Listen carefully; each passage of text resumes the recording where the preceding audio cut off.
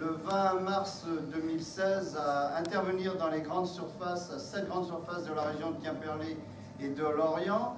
Nous avons simplement peint des bidons contenant du glyphosate, voilà, proprement parce qu'on a mis une bâche pour ne pas salir les grandes surfaces. Il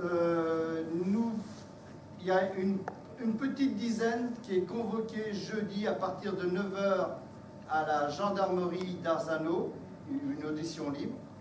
Alors ça, c'est pas grave, vous pouvez venir vous rassembler avec nous.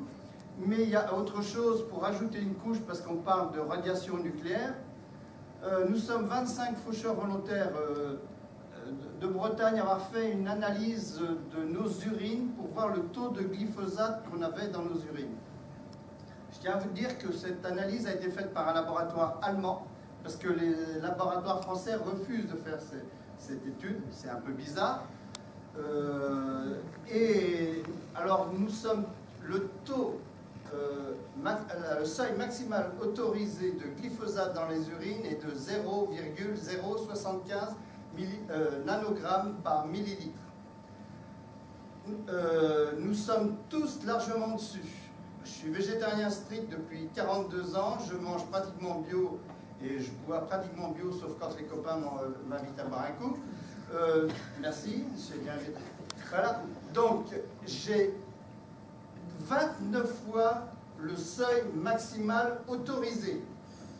Donc on est tous, on tourne la copine qui a le moins à 0,19, le copain qui a le plus à 3,47.